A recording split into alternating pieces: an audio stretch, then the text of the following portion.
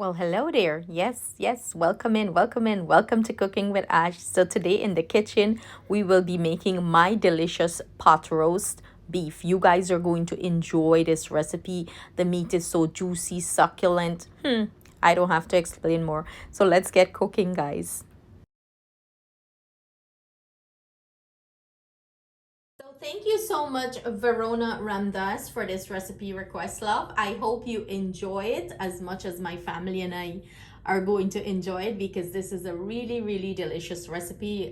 I always make it and in a jiffy it's finished. So here I have my beef and it's a nice piece of sirloin roast tip that I'm using here. A nice chunky piece. As you can see, it's thick. It has nice marbling fat. I went ahead and prepped this. I dried it really well, top it down with a piece of paper towel, and we're going to go ahead and prepare the rub for it. And these are all the dry spices I'm using. Everything I'm using will be listed in the description box below for your convenience, but it's basically what I have in here is some garlic powder, onion powder, Old Bay seasoning, black pepper, and some steak seasoning. I'm also going to use a little bit of flour. So let's start preparing this nice piece of meat to start our pot roast. So it's a dry rub. I'm gonna massage this meat really nice here. Make sure back and front have it patted down, the sides and everything.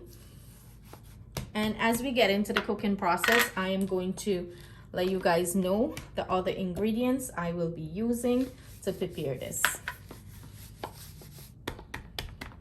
Slap it in, slap it in. Have fun with your food. Play with your food. Send some love into the food. Now that this is nice and seasoned, I am going to top it off with some salt.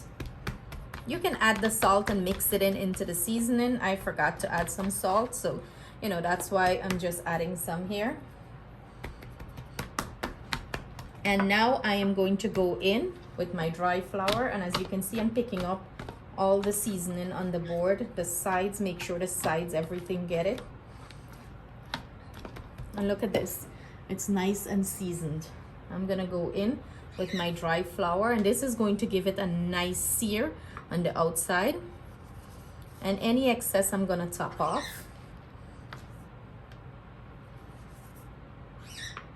You want to sprinkle it nicely on it, and any excess, go ahead and top it off. You don't want to over flour this or anything. So let's take this over to our pan and prepare it.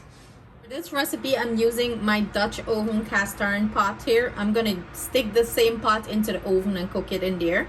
So I'm gonna pretty much do most of the prep in this pot. So I have some oil heating up, and now I'm gonna take my piece of meat and add it here. You want to make sure that your oil is screaming hot, and we're looking for a nice sear on this meat. So do not flip it. I just flip it one time. I'm gonna give this about 3 to 4 minutes here, and it's on nice hot heat, and then I'm gonna flip it the other side so we can achieve a beautiful nice sear on this meat. It's been about 4 minutes. I'm gonna go ahead and flip this chunk of the meat over.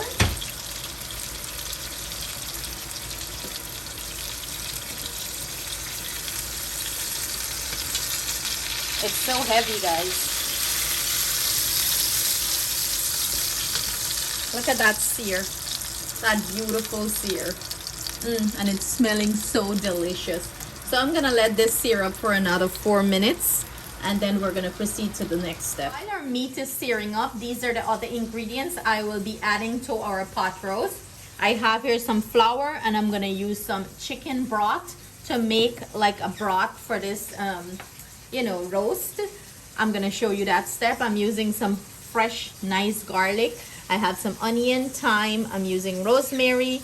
I'm also using 1 stalk of celery, and I have here some red potatoes that I cut up, and I will also be using some baby carrots to our roast, to prepare our roast. I'm gonna also add some a little bit of salt and black pepper. It's been about exactly, the timer went off, and you know, I'm timing this 4 minutes exactly. So I'm gonna go ahead and remove my roast from this pot, and then we're going to proceed with the next step. I went ahead and remove the roast from our pan. You see all these little bits and pieces. We're going to use this to make a roux. If your beef, you know, render a lot of fat, you don't have to add more oil, but I'm going to add a little bit more oil. As you can see, I need it there. I'm gonna go in with my garlic and some onion here, and we're going to start to pick up the flavors in the pan.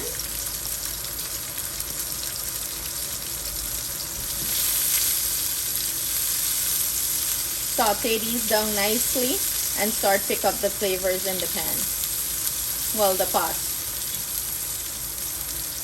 Now I'm gonna go in with my flour, and you want to whisk this in and cook this flour here. You know, you keep turning it to cook the flour. Don't walk away from it. You don't want it to burn, or as we say, parch the flour. Cook the rawness out of the flour. And this is going to take a few minutes. You can see this achieve a nice, beautiful golden brown color here, and that's what we're looking for. I'm gonna go in and add my beef broth. If you don't use beef, you can use chicken broth here. You can use wine if you prefer wine to jazz this up. You know, I don't really use alcohol, but when you're cooking with wine, the wine cooks out, so you can use wine here too. So I'm gonna bring this up to a boil. I'm gonna add some salt and pepper to taste here and bring this up to a boil or a simmer. Now that this is coming up to a nice simmer, I'm gonna go ahead and drop my rosemary and my thyme in there, and we're gonna put everything into this pot. And I have my oven preheating 275 degrees Fahrenheit. We're gonna bake this off anyway from, or roast it in my oven. My oven have the roast setting, but if you don't have the roast setting, you can go ahead and do 275 anyway from 2 to 3 hours. So I'll let you guys know how long mine take, because do bear in mind, everyone oven cooks differently, so you know, gotta watch out for that. So let's go ahead and add back our nice piece, a chunk of roast in there. Yep, and get all that, everything in the plate. We're gonna have a nice, rich, delicious gravy, and this pot is going straight into the oven. So you can prepare this on the side in a different utensil if you don't have a pot that you can insert into the oven. I'm gonna go in with my potatoes, add all our condiments here, our celery, the remainder of the onions, and of course I'm making some mashed potato and green beans to serve this up with. You can serve this up with pasta or anything of that sort, you know. Add your carrots, your baby carrots, and pop a lid on this, and we're gonna pop it into the oven. And I'm gonna see you guys back in probably 2 to 3 hours with some delicious, yummy roast. So mine comes with, you know, have its lid, everything to secure this in. And I'm gonna turn off the heat and pop this into my oven. She is middle rack, and I'm gonna close this and set my timer. So see you guys back with some delicious pot roast beef. So 3 hours later, and this is what our roast is looking like. So how I know it's finished, and you know, I test it for my likeness. I usually use a wooden skewer and push it through as long as it go in, you know, effortless. It's good. And if you want this to fall apart, you can cook this longer in, you know, in the broth. I like mine sliced up, like some whole up meat and not too broken up. So I'm gonna let this rest for 15 minutes, and then I'm gonna cut into it, serve it up, and let you guys see what our taste testers have to say about it. I went ahead and removed the veggies from this nice broth. What I'm gonna go ahead and do, I skim some of the fat off, like the oil and stuff like that, as much as I can get. I'm gonna go ahead and boil this down a little bit, reduce it, you know, so it could be a little bit thicker for our meat.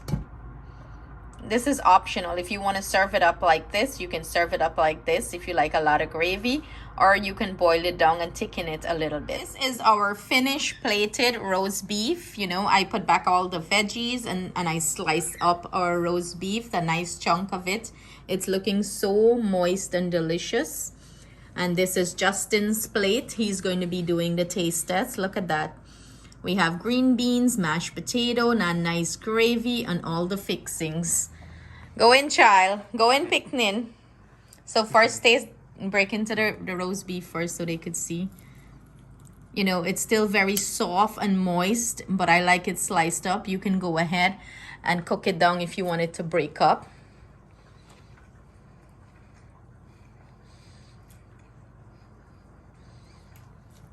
Take it with the mashed potato, everything, and give them a mouthful of everything with the green beans and the veggies.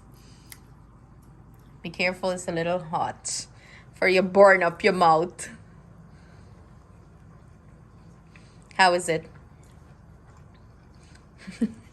I'm getting silence here, okay? Everything's like really good. And it like melts in your mouth too.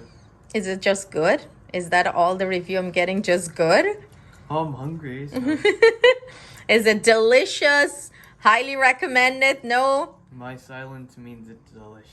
Okay, yes. That's right. So thank you guys so much for joining us in the kitchen. I hope you give this recipe a try, and I hope you enjoy this recipe. The veggies are so fork tender. Everything in this plate is just like super, super delicious. Everything is fork tender and yummy. So see you guys soon with another delicious recipe. Sending our love, thanks, and gratitude. Thank you for watching. Well, like, comment, and subscribe, but I'm not sending any love because no one's sending me any food. Well, Uncle Reza did say you make you something and send him, and I tell him no because you're too greedy. So bye, guys. Take care.